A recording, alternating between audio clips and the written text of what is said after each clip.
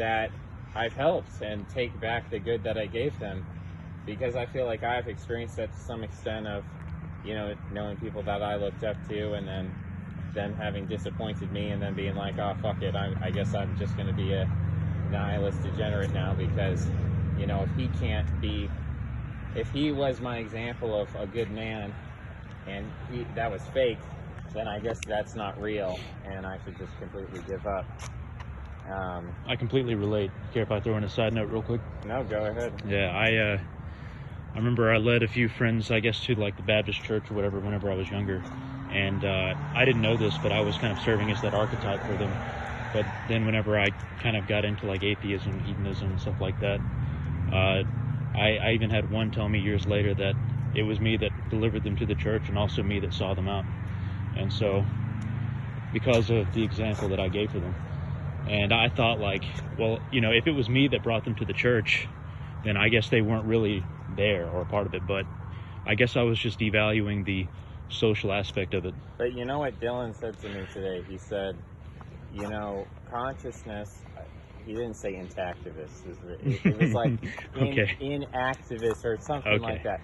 But the point of it was that there's a way of viewing your consciousness as a solid object. It's a thing, right? And it's either is in the church or it's not in the church. And this is its state.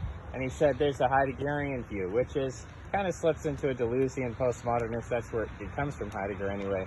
But the idea of the conscious is not as a thing or an object, but as a series of relationships.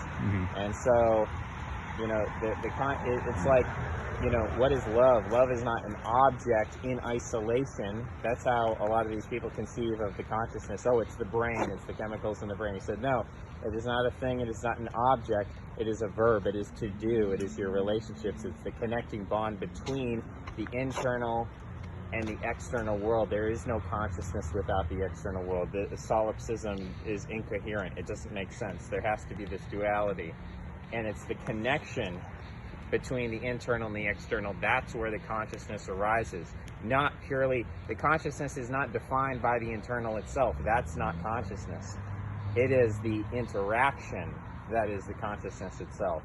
And so when we say things like, oh, you know, I used to do this with my mom when I was like 6 years old. I was like, you wouldn't love me if I wasn't your son. You wouldn't love me based on my character, because there are other boys who are smarter, there are other boys who are more handsome, there are other boys. So you don't love me on my qualities, you don't love me objectively, you don't love me on my, you know, this physicalist quantitative evaluation. You love me on this sort of arbitrary, oh, well, we're genetically related or something like that. Which is a very strange thing for a 6-year-old to say, but I think it had to do with some kind of trauma and some kind of precociousness. And she didn't really have an answer for that, but the answer is that, you know, I am not an object, her son, in relation to her as two quantitative objects where our heart and our soul and our status as human beings is defined in this objective sense. We're defined by our relationships with other people. And it's true that it is a bad thing when you have a relationship and that relationship is corrupted or destroyed. The idea of that you're an absolute individual, you're an entity, you are this thing, is a kind of a coping mechanism to isolate yourself from an increasingly alienating world. When the world says, you know, we don't want you, you suck, you're a dinosaur, we hope you die, when that's the message that's sent to you by the world, the response by people is, and I say that's a symptom of capitalism, but the response by people is to say, well, I guess I'm an absolute individual. If the world doesn't need me, I don't need the world. But that's a lie. It's a lie when it was first said that you're worthless, and it was a lie when you said back, no, you're worthless. It's meeting a lie with a lie. The truth is, we do need other people. We do need the world. We do need to interact with the world. We do need relationships. And so when we say things like, oh, well, they were only in the church for a social reason. Well, it's like, that is what the church is. Right, it is a social thing. That is the reason of the church, is to be with each other. And so we say, oh, you know, it's almost like this idea of like the man on the island with his Bible. But even then, the Bible is just, it's people. It's not things. It's not the pure, that is idolatry.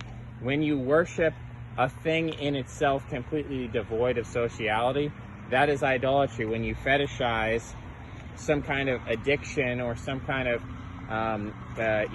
Narcissus looking at his reflection, and it's to the point where it drives you away from other people. That's what idolatry. Worship is the thing that brings people together, but idolatry is the kind of worship that separates people. So really, I mean, that's what it's all about. So I mean, it's a good diet.